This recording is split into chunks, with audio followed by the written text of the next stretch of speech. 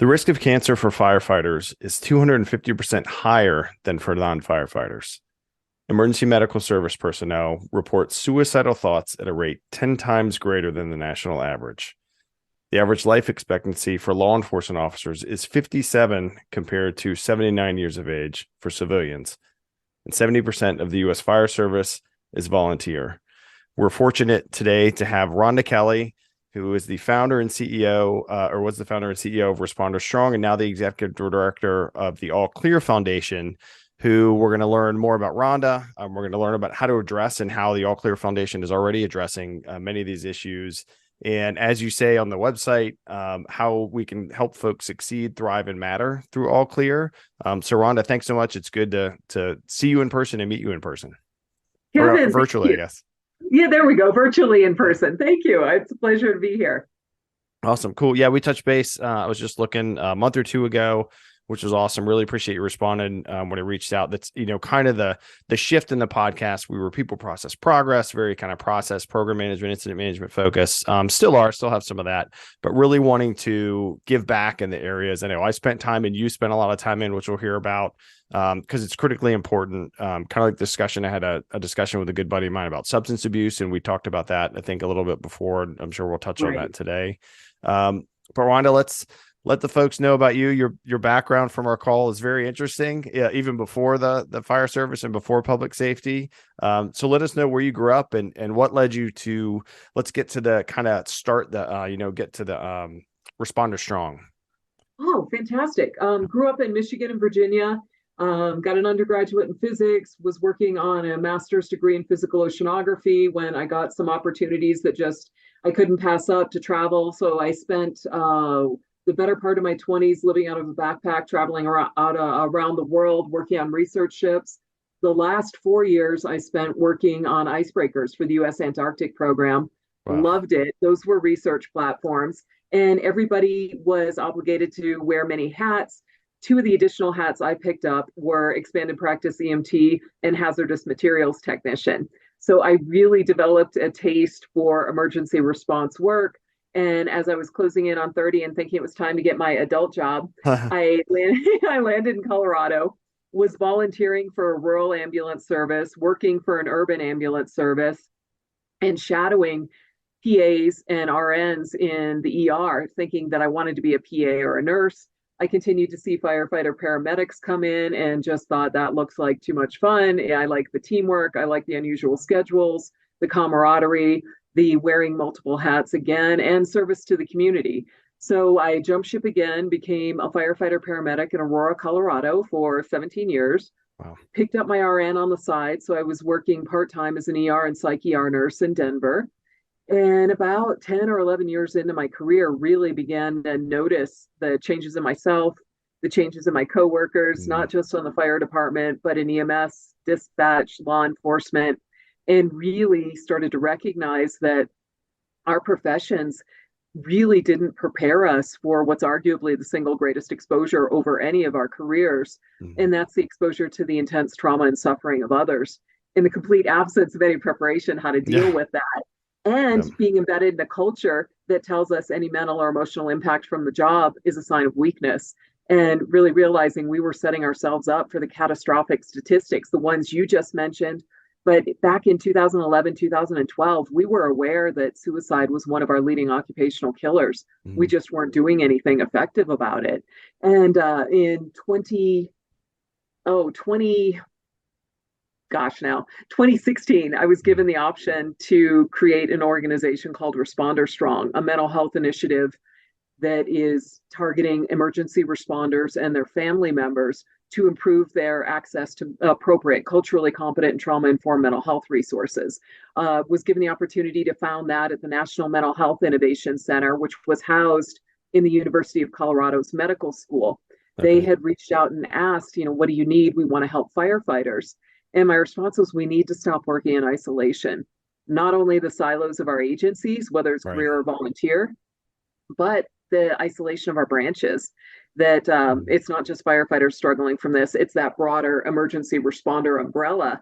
And we intentionally went with that term instead of first responder in recognition that usually people think of police, fire, EMS as first responders, Right. missing the first of the first responders, Yeah. the dispatchers, Yep. and missing all of the other professionals and career dedicated servants who are trained to respond to their community in times of crisis, disaster, emergency. Mhm. So, healthcare workers, I know that I saw the same types of personalities, the same types of motivations, the same types of occupational exposures, and the same types of human impact on the other side of the ER door when I was nursing Right. that I did out in the field. And it's not just the four main branches, we've got corrections, coroner's Mhm. personnel, search and rescue, disaster workers, ski patrol. And I mean, the list just goes on and on. And yeah, it's been kind of a wild ride. And back to that, founded Responder Strong in 2016, it really took off. We were working across branch boundaries, Great. which is really, I think, essential to address that culture piece. Yep. And we were working with our allies. We found a lot of clinicians, educators, researchers who really wanted to help us. They Mhm. just didn't speak the right language. They didn't have the right keys to open the door. So we've always been a very collaborative organization. In 2020, we were invited to join All Clear Foundation as their mental health initiative, and I was invited to join All Clear as the executive director. We focus on what's my true passion, integrating mental and emotional wellness in Mhm. the entirety of our wellness. So we also focus on Nice. cardiac and metabolic, relational, social, spiritual, and that's kind of where we're at. Cool. That's it. It's just so simple. No, let's, yeah, which one, your story is unique. And then, like you talked about, I think it's great because a lot of folks focus on, oh, I can go squat 300 pounds, but I never take time for my noggin, right? Or to deal with the things I see. And it's easy to do. And I've done that before because you're like, oh, I feel better, but you don't. And then you start to, we'll talk about some of that. Can I ask you a question though? When you were doing the EMT stuff, it sounded like you got some austere medicine type work out there being on a ship and out there doing EMT work because you're not going back and, each shift, restocking and doing, it's a bit different. So did some of that troubleshooting you had to do kind of an austere environment carry over pretty well to when you were in kind of a more traditional, not first responder, what's the or emergency responder? Is that Right. accurate? Yeah. Role. Nobody's ever asked me that. And yeah, that's a very insightful Kev Talks question. podcast breaking new ground. I love it. So, yes, absolutely. When I was based on the ship, we Okay. only had one medical person on board, and that was an expanded practice EMT. So, Wow. we also had a very deeply ingrained culture of safety. We were usually Okay. 2 weeks out from a medevac point. So, two Wow. weeks off the coast of any country that could send us a helicopter to medevac somebody. So, we all understood a serious injury out here is likely going to be fatal. Right. We carried a very well-stocked pharmacy. We had a lot of medical equipment. And when we were at the right latitude, we had satellite radio so we could connect to a physician group we worked with remotely. So I think this is one of Oh, the cool. best things, yeah, for my later skill set that came out of that was I had to think on my feet. I had to do a really good assessment, a really good set of differential diagnoses. Mm-hmm. And I never knew when the connection was going to drop with the doctor. So I had to be really concise in my report. This is our Latin lawn. This is our call sign. This is who we are. This is the patient, age, situation. This is what I've seen. This is what I've done. What do you recommend? And that really carried over into reports on both sides of the ER doors. When I was a medic coming into the hospital, giving a report to the staff, Right. and when I was in the hospital, turning over patients to other staff members. So, yeah, great question. That's awesome. Yeah, it made me think of so many things. One, kind of the military 9-line report, bottom line up front in business, even, I just need to get leaders or whoever I need to get the message to, like, here's what you need to know right now. Here's the action you do need to take, or, it just, that to me carries over beyond, or in addition to, like you mentioned, other jobs where you're gloves and, scrubs, or you're in, cargo pants, all that kind of stuff. And then I was on an incident management team for a while where we traveled around, missing persons and disasters and special events and things. And there was a medical unit leader position, which I did a bit. And some of the folks that did that in big wildfires and things more akin to what you did, the lesson they learned was, not good communication, not good equipment, really staffing. And, there was one case we learned about a wildland firefighter, a young guy who died because a tree fell on his leg and he bled out, and they couldn't talk to the people they needed to talk to, less because of a communication kind of window gap, But it just stressed to me, and what you just said reinforced that, if you're going to be deployed somewhere, because you could be deployed if you're working the streets as a firefighter or police officer, as a task force, just something happens. And kind of that planning, but yeah, that mindset just seemed invaluable, even if you're in a place where you have all the stuff you need typically. And you brought up so many good points, as you do. Mm. When Before I founded Responder Strong, I had just started a master's program in clinical mental health counseling, thinking Okay. that, hey, I really want to help our own. And that was why I had transitioned the last couple of years of my career. I was the health and safety officer, as I'd realized most of us get into this work to help others. And that's where a lot of our injury stems from, is realizing the Right. cards are already dealt when we get there. Many times we can't change the outcome. We hold ourselves to a high standard. And when we can't change the outcome, we think we failed. I mean, it's this vicious kind of cycle. And I Right. got to the point where I realized there's only so much I can do for the community at large. Right. But what I really want to do is help our own, help, the personnel I work with, my people. And so I was in the first year of the program, and that's when the opportunity to found Responder Strong came up.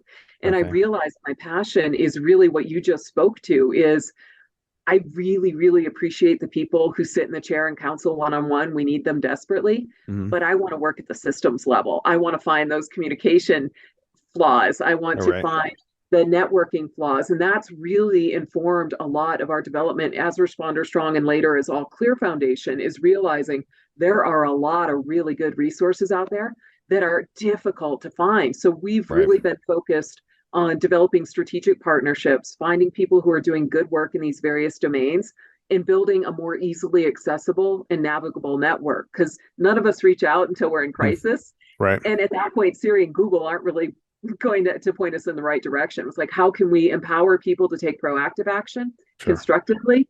And then also, when they are in crisis, how can we get them to what they need when they don't really have the cognitive bandwidth to go search it out on their own? Yeah, that's such a challenge. One, not your website, because it's awesome, All Clear Foundation, but there's so much. But to have it all in one space is super helpful, to grab it, but to have someone that can guide you and say, oh, this is probably the better, because not every resource is the same, provides the same positive or negative, I guess, effect for each person. Right. And one thing we touched on before, like the employee assistance program, right? Some folks it's awesome, some folks it's awful. And that's just the ground truth of it. And it's, those folks do great work, hard work, from when you ask for help through you get in the chair, you're able to talk to somebody. But there's a lot of other outside your employer kind of resources, I guess, right, that are available as well, that y'all have connected with.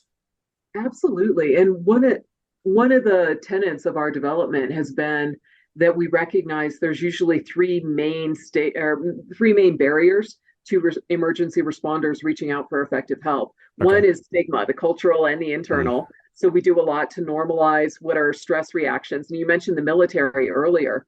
We know that roughly 30% of emergency responders are current or former military. Right. And many times they're bringing in pre-existing stress injuries. Now they're living and working in an environment that they can't escape. So that's a whole nother situation. But we've been borrowing from the military stress injury model to really destigmatize mental and emotional health challenges, and showing responders that these are driven by the same mechanisms that drive our hypertension, our obesity, our diabetes, our cancer issue. Right. This is all the way that we are responding to stress. It's the physiologic change in our minds and in our bodies. Two other barriers. One is geographic. Many of us work in cities that are rich with resources. That's fantastic. Even more of us work in small and rural communities that are not rich in resources Right. and don't have a lot in the community. So we're working to resolve that. And then the third one is the financial barrier, which sooner or later gets all of us. And it's always been a personal point of pain for me when I see responders prevented from accessing particularly the mental and emotional help that they need, the support they need when they're struggling from exposures they encountered on the job. I don't think it's right that they should have to pay out of pocket, and I don't think it's right that that should be a barrier. They've sacrificed their well-being and their longevity to serve the community, and that's just not right. So to that end, everything All Clear Foundation offers is free to agencies, to participants, or to their families. That's And awesome. we're able to do this through generous donations, whether it's federal, philanthropic or individual donations. And we're very happy about that. That's great. Yeah, the insurance, navigating that, whether it's for yourself, your kid, it's just it's a beast, or can be. So it's nice, like you said, to remove those barriers and help streamline where folks can find things and get the help that they need. Absolutely. And one of the things that we don't do, but we really seek those strategic partners, is pay for services. That's not that's not part of our mission. Right. But we've been noticing across the country there are more and more nonprofits who are raising the funds to pay for care. Sometimes in the EAP model, we'll pay for 6 visits, 10 visits. We'll provide a travel scholarship, or we'll provide a care scholarship to a residential facility. And so it's heartening to see that too. And again, you and I both know this problem is so pervasive and so deep. There's no one entity, no one organization, no one person who can effectively make a dent in it. So it really does require collaborative partnership. Yeah, absolutely. Is there, to that point, are there kind of partner organizations that also gather info, like a network nationally or internationally, where you all kind of share the secret sauce, so to speak, of like, hey, here's a bunch of good resources, and I know you all provide training, and we can talk about that. But is there potential for kind of a network, or do you all network as foundations, I guess I'll say? It's been more on an individual, organization to organization Okay. basis. I do see a lot more openness towards collaboration. In the past, there was a little bit of territorialism. Yeah. And I think now the really good organizations are realizing there is so much work. We need to partner so that we don't drown in it. And one of the things we're working towards developing is an emergency responder resource network, where it's a community, virtual, of course, of organizations who are doing really good work, sharing resources, because ultimately at the end, we don't care who gets the credit. We just want people to find what they need in the moment. Yeah, that's huge. And follow up on a couple of things. You mentioned, not being ready for what you see, what you hear, what happens. And again, a good buddy of mine, and he's been on fire department for quite some time. We were corpsmen together in the Navy, and when you're 19 and they're like, hey, you're going to work in the critical care area, you're like, that's awesome. And then you go, oh, that's what a really sick patient looks like, or a dead person, or, and whatever you see, or you're going to be the EMS for this base, and who knows, what can happen. And there's, tons of domestic stuff that happen, just bad stuff. Right. And that was, I went in the 90s, so it was a while ago, but I'd be curious, between military folks that you see, right, that are then first responders, and then first responders over the years that you've been both responder and a nurse, and with all clear, have you seen an improvement in that pre kind of prep, as much as you can, I guess, in academies, or, where they've integrated more of the mental health preparedness aspect? Definitely. And definitely seeing a move in the positive direction there. Back to our responder strong days, one of the first things we did is we created a mental health curriculum. It's designed to be 3.5 hours of content or so, and it is targeting the normalization, the destigmatization, and the empowerment through education for emergency responders. We open it with a discussion about the physiology of stress, how it impacts our bodies and our brains. We talk about what stress actually is. We talk about the stress injury model, the performance continuum. We talk about the statistics among our ranks of not only suicidality and post-traumatic stress, but the earlier pieces, the earlier segments on the stress injury continuum: anxiety, depression, substance misuse, anger issues. And we contextualize those as a response to the overwhelm of our coping mechanisms. Oh, wow. Then we talk about suicide and awareness and prevention in ourselves and in our coworkers, because many times we've had blinders on that for the past, for good reasons, but poor outcomes. And then we wrap it up with a segment on resiliency, with the overall messaging being, it is rarely the single headline grabbing event or incident that gets us. It's the accumulation of the smaller T traumas, the smaller S stressors that we just don't deal with in the moment, that we compartmentalize, that we suck it up buttercup. And that's typically what gets to us. But the good news around that is, if that accumulates a drop at a time, resiliency practices, even though they seem so small as to maybe be inconsequential, if we make those habitual and we practice them on a regular basis, those accumulate a drop by drop. So those can balance out the stressors and traumas in our lives and prevent that cumulative damage and injury that we've seen so many sustain. But to your point about the openness to this, Mm. Absolutely. Good. When we first created the curriculum, we wanted to target the community colleges in Colorado, Oh, wow. knowing that they train more than half of our emergency responders in the state, which is true in many states, Gotcha. Yeah. and that they have a particularly strong presence in the rural communities, which are underserved, and that their adjunct instructors are almost always current or former responders. So Get they them at the tend to be, source. Yeah, that's great. yeah, exactly. So we rolled that out. It's in almost every public safety program in community colleges in Colorado. We started to be Wow. incorporated in services, in academies for agencies, in family nights, in peer support training. We're part of the curriculum for a lot of colleges and universities across the country. We work with groups like Warriors Rest Foundation. We are incorporated in their peer support training, and then they in turn got us incorporated into the state of Oklahoma's public safety peer support Oh, training. wow.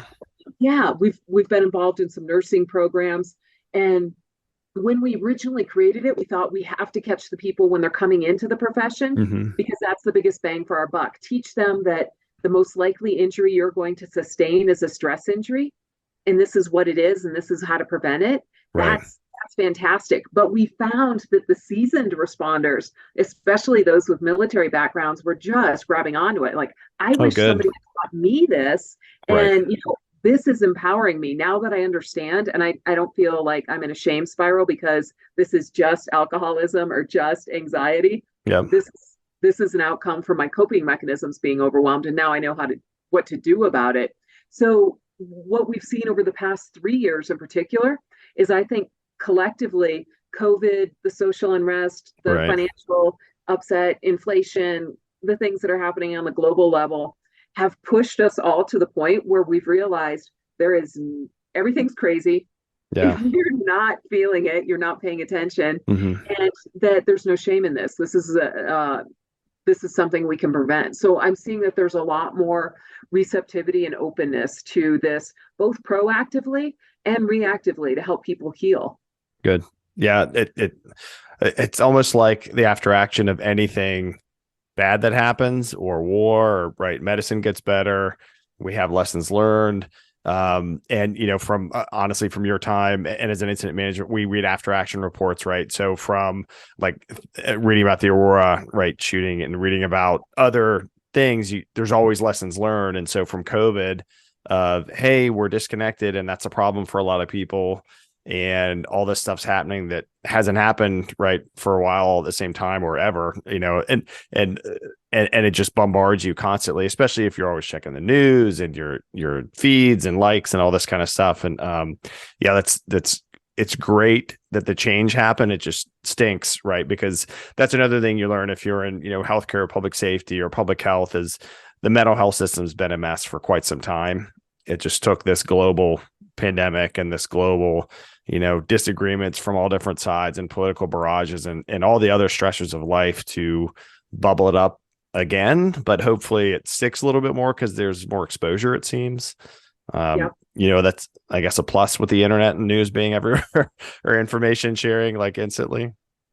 Well, and one of the things that we're seeing at the organizational level, the agency level, is that leaders in the past have acknowledged, yeah, resiliency is important. We need to take Mhm. better care of our people, but it wasn't one of the top operational priorities. Right. And now it is we're seeing an exodus of personnel out of law enforcement, EMS, and healthcare in particular. Right. Leaders are recognizing, wow, this is now a recruiting and a retention issue. And this is service provision. This has got to be an operational priority for us. And we're starting to see a lot more buy-in from leaders about, yeah, let's bring this content in. Let's reduce the suffering among our personnel. Let's empower them to live healthy lives. Let's uproot this whole martyrdom Yeah. uh, ideal in our culture and recognize we check our batteries, we check our radios, we check our equipment multiple Mhm. times a shift. Why are we not doing an internal scene size up? Why are we not taking care of our people? Because nothing else matters if our most precious resource is burning themselves out. Yeah. That's a great point. So it is great to hear of the change that we're front loading, kind of preparing folks more and more in the academies or in the community colleges. And you mentioned folks that are in retirement or had experience or have been on the job for a while, embracing it. And retirement is another, I think, area, another timeline where folks face a lot of crisis, right? And even suicide rates, right? Because what they know, their identity or substance abuse maybe can go up. How do you prepare folks for retirement? Are there workshops that you do focused on that as well to help get people kind of transitioning out of, for a lot of folks, the life they've known for decades, really? Great question. And yes, you're absolutely right. We do see a spike in reported suicides after retirement. We know that we're missing a lot of them. And we think this happens for several reasons. In fact, you touched on several of them. Is one, responders tend to really identify with what they do as who they are. Right. And when we, throughout the course of our career, don't expand upon that identity, it can be a really abrupt termination after we leave the department. And I remember when I left Aurora, I still had the opportunity to teach at a couple of our academies afterward. We were Oh, talking about this very topic, and I asked the group of recruits, when people ask me what I do, what do you think I say now? And a guy who was probably 26, 27 in the back raised his hand and he said, I used to be a firefighter. Said, exactly. yeah. What, how did you know that? And he said, because I used to be a Marine. And it is a really difficult transition for us. It can be Right. mitigated if we prepare by, well, so many different ways before we retire. But some of the other things we see happening when someone retires from a career or a volunteer role in emergency response, they lose the Mhm. identity, they lose the sense of mission and purpose unless they've created another one. Right. They oftentimes lose the social status that they're not, they feel like now I'm not contributing to the community. I'm not held in as high a regard. They oftentimes lose the camaraderie, the shared sense of humor, the shared Right. experience, the access to resources, whether they use them or not. And now they often find that in the absence of all of these things, that compartment door that they had been shunting all of this stress and trauma into starts to creak back open, Mm. and it can be just catastrophic at that point. So one of the responder populations that we really focus on are the retirees, letting them know that hey, there's still plenty of ways to contribute, to still be a member of the team, and to use your lessons, your life experience to the benefit of others, perpetuating that Mm. mission of taking care of our own, helping other people. So, retirees are definitely an area that we've been focused on. Right now, the mental health curriculum has been something that's really been resonating among retirees so they can understand why they're feeling the way they're feeling, why they've experienced what they've experienced, whether Right. it's depression, anxiety, multiple divorces, financial troubles, drinking issues, and see them through a lens that doesn't put shame or blame out there. That's no, this was a response. And now that you understand it better, we can help you build out coping skills so you don't need those things and you can heal and recover. So we also, through our resource directory, have been pointing towards resources. One we just posted is how to prepare for retirement so you don't experience Oh, these. great.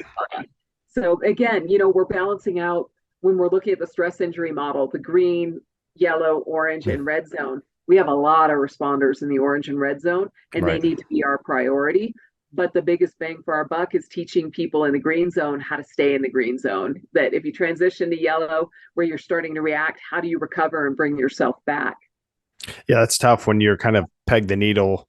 It's hard to, unrev it than it is to just not have to hit the gas so much, when you're in your burnout stage. And yeah, it's good to hear about retirees because just like, burnout EMS, we heard that, EMS thoughts about suicide are way higher. Where I used to work, they just lost somebody to that. Hear about folks that left the job recently, same thing. And so it's great to give them a new mission, that you hear, whether it's military and first responders, to refocus and realize, hey, like you're not done. You still have a use, even though somewhere in there they probably feel like, man, I'm, to your point, I'm not part of the community anymore. I'm not the senior person on shift. I'm not, whatever role they played. But they have a new role to play. So that's great to hear. And with that, a big one of the kind of big three things we've touched on a little bit is success, right? That came from responder and is the model to help folks even get ready financially, to get ready, with themselves professionally. Can you talk about or touch on kind of the three areas of success, thrive, and matter? And really, I guess we'll kind of start with success there, which does give folks tools, whether you're brand new on the job or you're on your way out after 25 years. Absolutely. So So some of the strategic partners that we have connected with, one is Grit Digital Health. They created a wellness tool. It's called the U platform. Our version is the U Responder Strong wellness tool. It's Oh, cool. available free 24/7 to emergency responders and their family members. And it is in recognition that it is the human behind the badge, the uniform, the Mm. scrubs that often suffers and pays the price. We experience very normal human reactions to the abnormal situations we encounter on the job. And then we fall into shame, thinking, oh, I'm weak. I'm not as good as everybody else. I don't belong. And what we recognize is to help prevent that is to really focus on our basic human needs. We all have them. We're all responsible for meeting our own needs. Right. But it's oftentimes, especially in a job that glamorizes the signs of stress injury as badges of honor, Right. and a job, a culture that glamorizes martyrdom. Take care of everybody else. You're just gonna, have to make this work. And that's not the healthiest way to do things. So we borrowed from Grit their model: succeed, Okay. thrive, and matter. Nice. Succeed is the basic human needs around academic and professional success, around leadership development, around financial success, retirement, those sorts of things. A thrive is what we typically think of as wellness. So cardiac cancer, diabetes, anxiety, depression, health, fitness, nutrition, all of those things. And then the matter piece is that existential stuff that we talked Mhm. about a little bit with the retirees: a sense of identity, sense of meaning and purpose, positive social connection, spiritual wellness. We just did a great session, an educational session with a chaplain I really respect, who really opened my eyes to the benefits that chaplaincy, when it's well done, can provide us Mhm. on spiritual wellness, what it looks like and how to attain it. That's available in our U tool. Oh, great. And yeah, so that's kind of more of the existential stuff. We draw a lot out of existentialism and Viktor Frankl's work in Mhm. particular, with the message being life doesn't have inherent meaning and purpose. It's up to you to create your own. Mhm. And when what you experience, whether it's on the job or in your personal life, challenges that belief, that meaning and purpose, and sometimes destroys it, it's up to us to recreate it based on our new vision of the world, our new view or perspective. How can I still continue to find fulfillment in what I'm doing and who I am? And there's a Mhm. lot around the who I am versus what I'm doing, and that reaches back to the identity piece.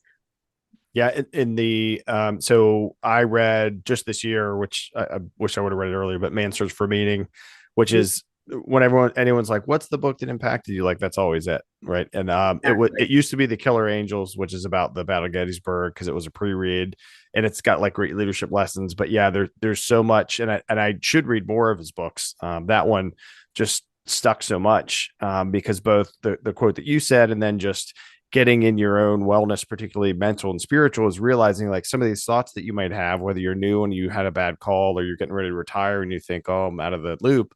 They're just thoughts, right? They're fleeting. They're not the truth.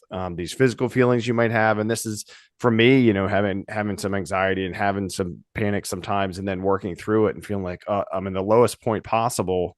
Um, but the other key that you said is that you have to, meaning I and anyone listening, you have to put the work in. Like there's no getting around it. So you can seek help. You can go sit on the chair on the couch to talk to somebody. You can, whatever you need, but you have to find. And I think it was Frankl quoting Nietzsche, who was like, if you have your why, you can get your how. I totally truncated that, but the gist of that is you have to. Another great person that and you mentioned faith, and I did an episode, a short one on that, between religion, spirituality, faith. They're not the same, but they're intertwined. And believe something, right? It doesn't matter what you believe. But is Joyce Meyer, so she's a pastor, a Christian pastor, but to me she's more of a no nonsense like speaker, where you can believe in whatever you want to believe, but at the end of the day you have to put your shoes on and go do it.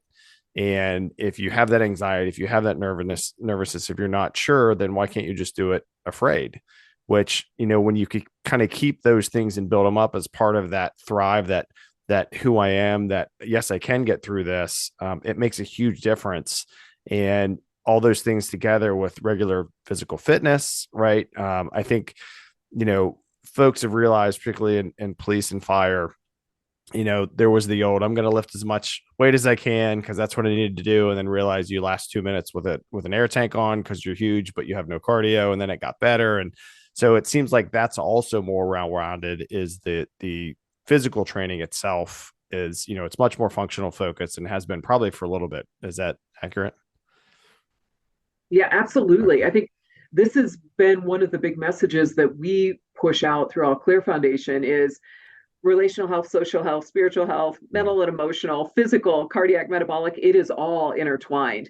And that it is all susceptible to the same challenges mm, that we experience on the job. And that's the unmitigated exposure to the stress and trauma.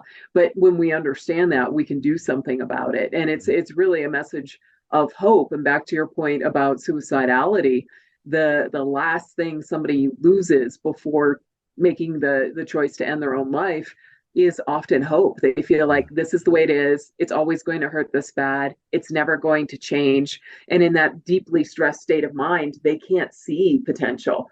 Right. And we do a lot around that in the mental health curriculum, talking about so many people who are well intentioned and see red flags. Responders feel like, I need to know the right thing to say. I need to have all the resources. I can't just ask a question.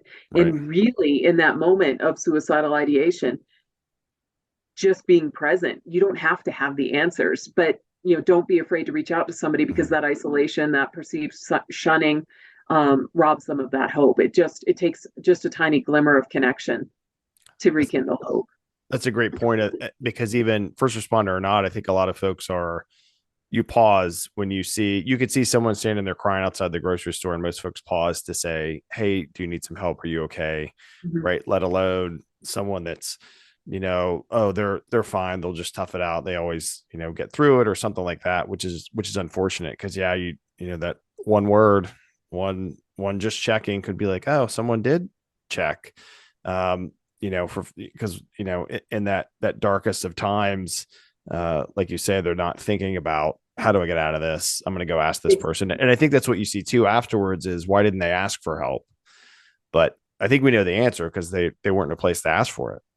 Right. Exactly. Whether it's because of shame or loss of hope or just feeling, I love the work of Thomas Joyner. He's a suicidologist out of the Okay. University of Southern Florida. And he talks about the interpersonal theory of suicide as applied to responders. And he Hmm. said, to think about ending your own life takes the intersection of two things. One is a perceived sense of burdensomeness, and the other is a Uh, thwarted sense of belonging. So somebody, as they're getting more and more stressed and feeling less and less worthy, starts to spiral down. But to get to the point where you can actually take action, where you can overcome your personal sense of self-preservation, right. requires acquired capacity. And many times our job inadvertently does that. It teaches us to put ourselves last. It teaches us Hmm. to run towards the danger, into the fire, towards the bullets, whatever. And to keep going, whether we're tired, we're hungry, we're thirsty. And it also exposes us to people, to violence, to people who have attempted suicide, completed suicide, and Hmm. in a highly stressed state of mind. It can seem like a reasonable solution. And most people who take their own lives don't really want to die. They just don't want to live in the pain that they're living in. But in a stressed state of mind, it's black or white, very rigid. There's not a whole lot of room for compassion, empathy, outreach, Hmm. sense of belonging, sense of worthiness. So this looks like a reasonable outcome. And especially if you're in that state and contemplating, should I end my life? And you believe, oh, I'm a burden. No, this is going to be better for my family. It's going to be better for other people. They don't have to worry about me or deal with me. And a sense that I don't belong. Nobody will even notice.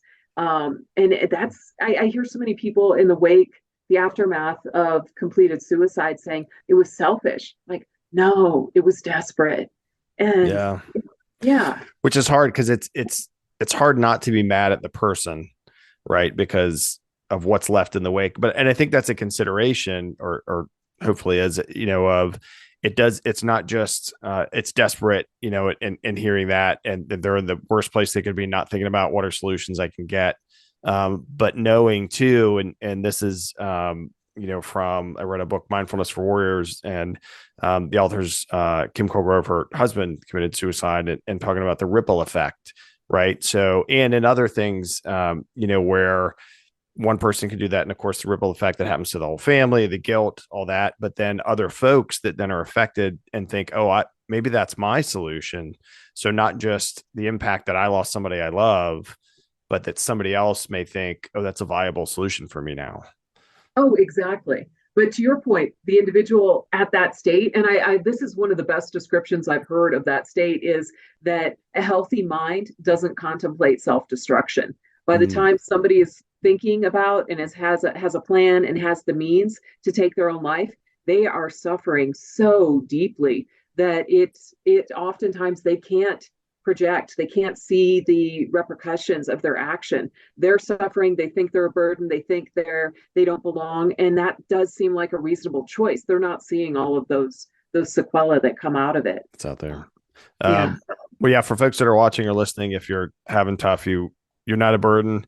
There's yeah. help, and in fact, for the All Clear Foundation on your website, and we have national ones now, but there's a crisis text line as well, right? If folks need someone now, if they're having problems, that they can find on the website as well, correct?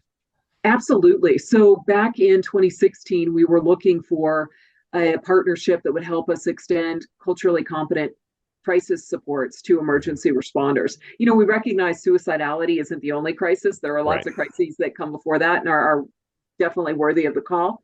But we also recognize that many responders, we're used to responding to the call. It's really tough to pick up the phone and vocalize that you're having challenges, to ask for help. Gotcha. So we searched for partners. Crisis Text Line was already well established. They've got an incredible training program, which we really liked. Nice. They have a robust cadre of really well trained volunteers across the country. They're available 24/7 and it's free. Great. We partnered with them. Any responder in the country, healthcare worker, field responder, disaster worker, volunteer, can text the word badge to 741 24/7. Someone will come up on the channel within 5 minutes.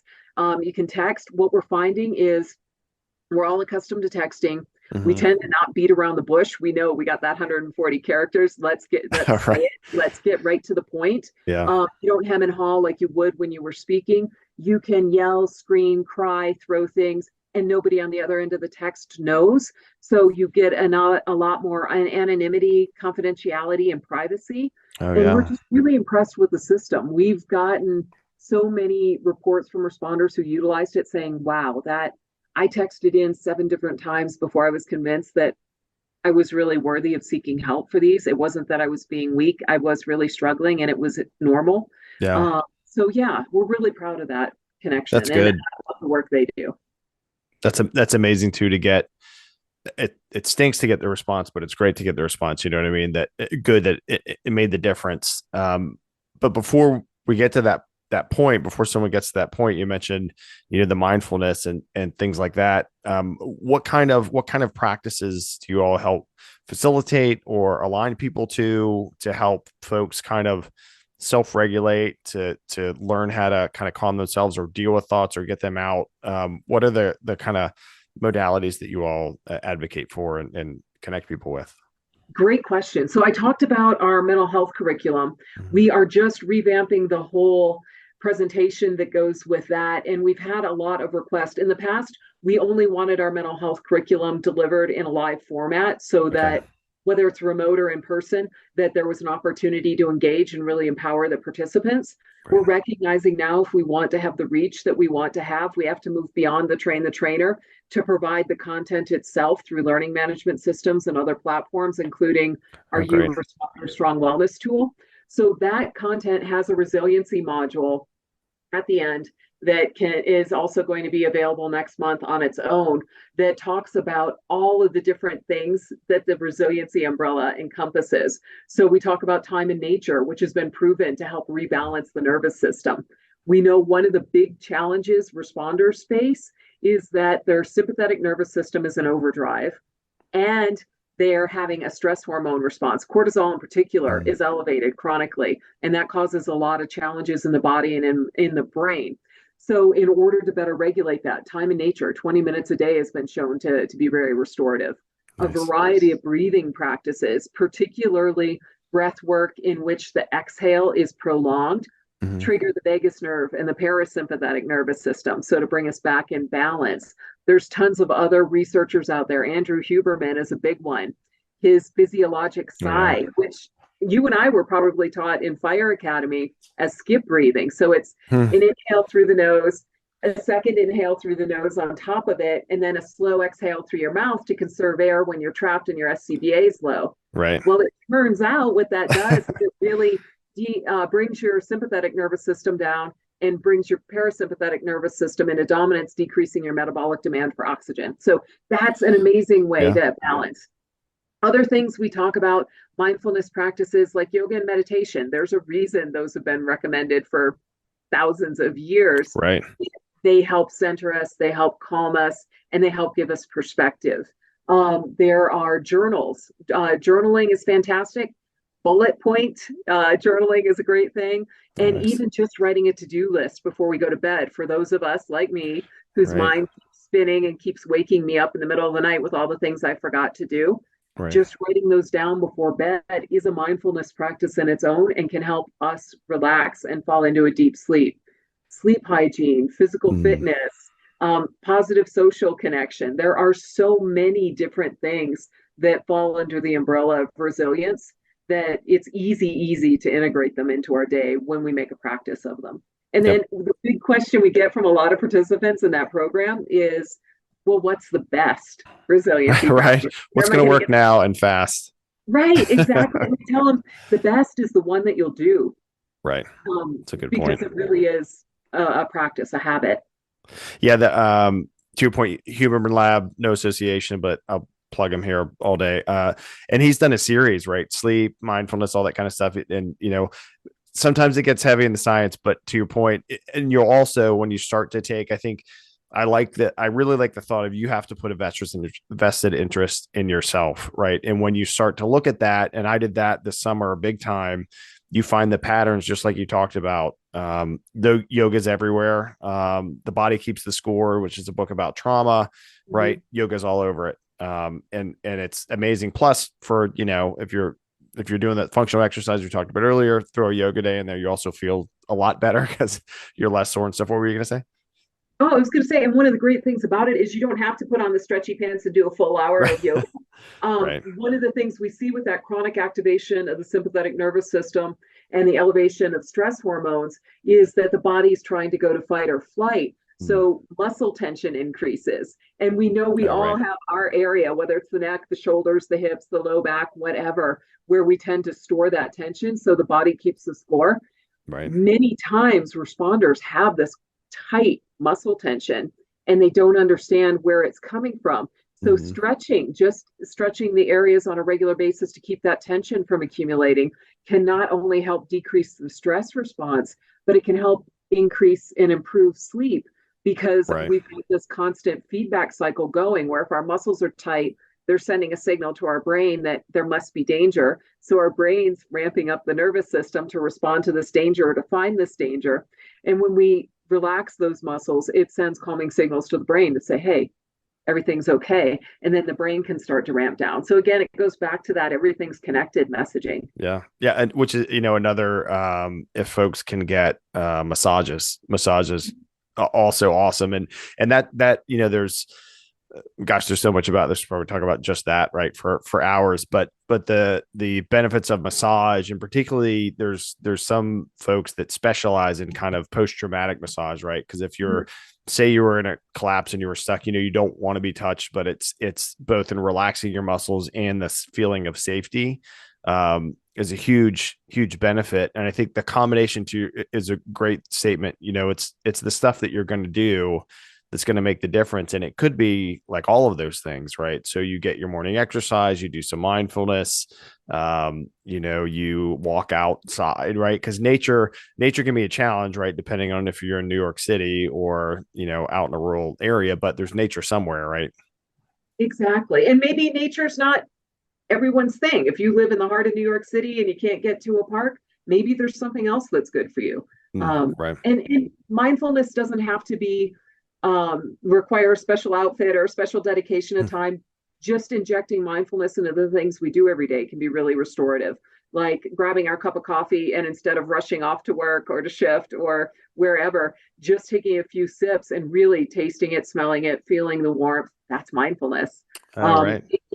Taking opportunities throughout the day to just notice, even if it's only 5 seconds or 10, the way the sun's filtering through the tree, or to notice a cute baby, or just to notice something that we appreciate. That is a form of mindfulness. There are just so many ways to engage, even in the checkout line at a grocery store or a fast food place, to Right. instead of just being transactional, take the few seconds to look the cashier in the eye and ask, hey, how you doing? Or have a conversation, see them, be seen by them.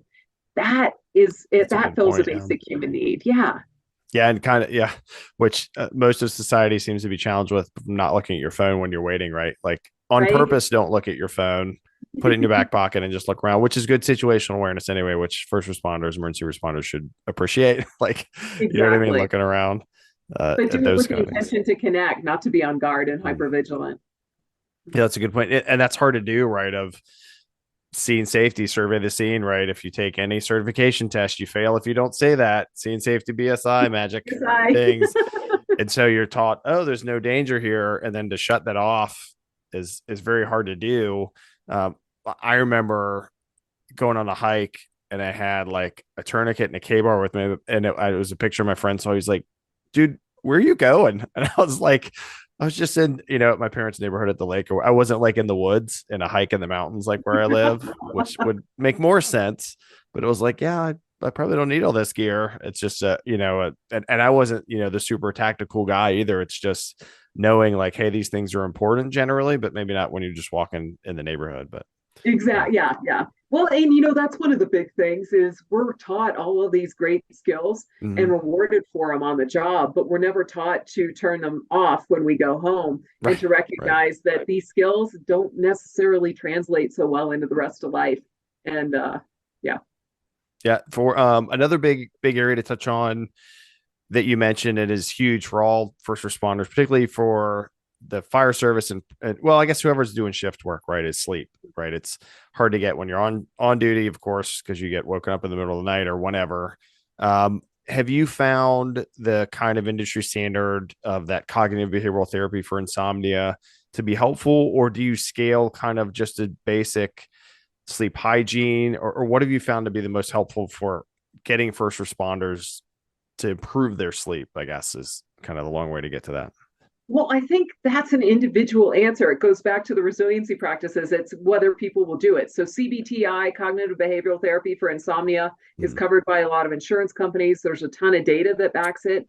So, I think gotcha. that's fantastic for somebody who has the access and who likes that structure. Okay. But for responders who don't prefer either one of those things and or want to do it on their own, there are a ton of things that we can do. And we talk about that in the resiliency module in the curriculum.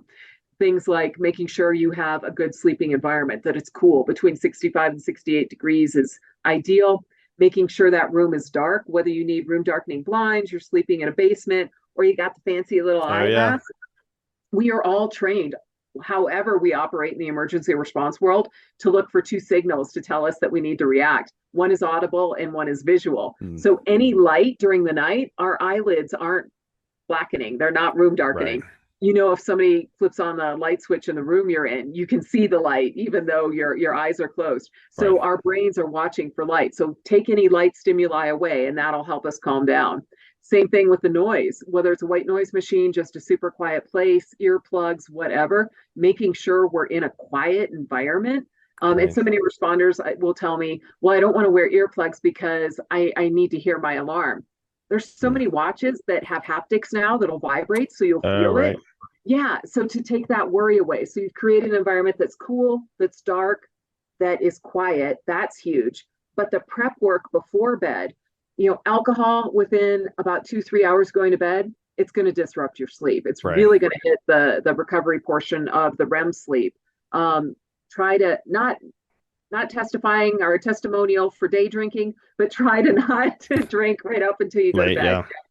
Yeah. Same thing with eating. And what happens with food and with alcohol is your liver's processing the sugars, and you will get a sudden plummet in your blood sugar several hours after you finish eating or drinking. That's usually around 1 or 2 in the morning if you're on a regular sleep schedule. Mm, And you wake up and you're not sure why, but your nervous system is fired up because it knows there's a threat. Your blood sugar dropped. What's wrong? So having some control around that is really good. Also, stretching for before bed, like we talked about, All right. getting your muscles relaxed can really calm your brain down. Jotting down anything that's on your mind, that can calm your brain down. We've True. seen all the work, and Huberman's lab talks about it a lot with blue light suppresses our All right. melatonin production. So eliminating bright light from anything, but especially bright light from TV screens or phone screens for Right. at least an hour before bed can be tremendously beneficial. So there are a lot of things we can do. Going to bed at the same time and getting up at the same time as much as possible when we're off duty is really important. Naps, if we can't get enough sleep at night, naps can be tremendously restorative as long as we don't sleep too close to when we're trying to go to bed. The other Right. thing is non-sleep deep rest. There's tons of Oh, uh, yeah. yeah, tons of videos on YouTube about that. It's a form of meditation, and it has been shown that 20 minutes of non-sleep deep rest activity can have the restorative equivalent of 2 hours of good sleep. So Oh, there wow. are a ton of things we can do out there. It's amazing how folks figure this stuff out, right? Someone power nap for 20 and they're like, wait a minute, I wasn't quite asleep, but I feel fantastic. Let's, repeat that experiment or something like that and then extrapolate it to Huberman talks about that as what yoga nidra, I think the Exactly. method he does. Yeah. I think we have the same podcast playlist, maybe, I think including we Kev do. Talks Very podcast right similar. here. Awesome. So there's so many solutions that y'all provide to address so many problems because there just are some, and we just touched on some of those. But how can folks learn more about what you all are working on, get the tools they need to help work through those, or just get in touch with you and the folks with the All Clear Foundation? Oh, so allclearfoundation.org is our website. That is the best place to find out about us. If you're interested in the tools and resources we provide, click on the solutions tab. That'll drop down. We've got Respond Online, which is relationship and education or relationship and communication content. Oh, nice. We've got the You Responder Strong tool. We have the mental health curriculum and a whole host of other things. On our resource page is our resource directory that's divided into Succeed, Thrive, and Matter. Nice. If you are looking for us, we're on Facebook. We are on Instagram. If you would like to email with us, team@allclearfoundation.org. If you'd like to reach out to me, Rhonda with an H at allclearfoundation.org. And again, really encourage responders and their family members to reach out and connect. Our resources are free, they are private, they are confidential. We respect your privacy, and we are really working to provide proven solutions that cross geographic, financial, and stigma barriers across the country. Our mental health curriculum, we do 20 to 25. Actually, this coming year, I think we have 30 Wow. scheduled across the country where people can attend in person or remotely. Again, removing that geographic and that financial barrier. And everybody who attends it, we've had more than 800 facilitators attend it. They're certified to reteach our content. We give them all the content. We update it annually. And yeah, we're really just looking to empower not only individual responders, but the local wellness champions and ambassadors so that we can continue to have that positive ripple effect. Awesome. And that's all those contact, and we'll share those in both the comments here on the video and then the show notes. If someone wants a class, that they can email and say, hey, we'd like to get, some of the responder or the mental health classes and for their department. Absolutely. And if they just go to our website, Solutions, Responder Strong Mental Health Curriculum, we have a full calendar of all of our events across the country. Oh, great. Cool. Rhonda, thank you so much. This has been a fun conversation, hopefully informative. I think it was for the folks listening and helpful to address, all those crappy statistics, honestly, that we talked about in the beginning, but that there is hope. There are resources like All Clear Foundation and you. So thank you so much for continuing to be a emergency responder, but at a large scale, and help all the folks, and for being on the Kev Talks podcast. And everybody listening or watching, go to kevtalkspod.com. There's more resources. This episode will be there. We'll link to all the stuff that Rhonda talked about. And thank you so much. Appreciate your time. Appreciate you being here. Oh my gosh, Kevin, thank you. I really enjoyed it. And thanks for all you're doing. You're spreading the good Absolutely. word. I love it. Trying to. It's kind of that, you find a new mission, you think, oh, I'm going to pivot and focus on these kind of things, and definitely want to focus on the things that really matter, right, to me and to others, and to folks that I care about and have served time with. So yeah, part of the Pivot of Cat Talks podcast. So I appreciate it. It's Love it. hopefully it's making an impact. Fantastic. Cool. Well, let's stay in contact. Yeah, absolutely. Thanks, everybody.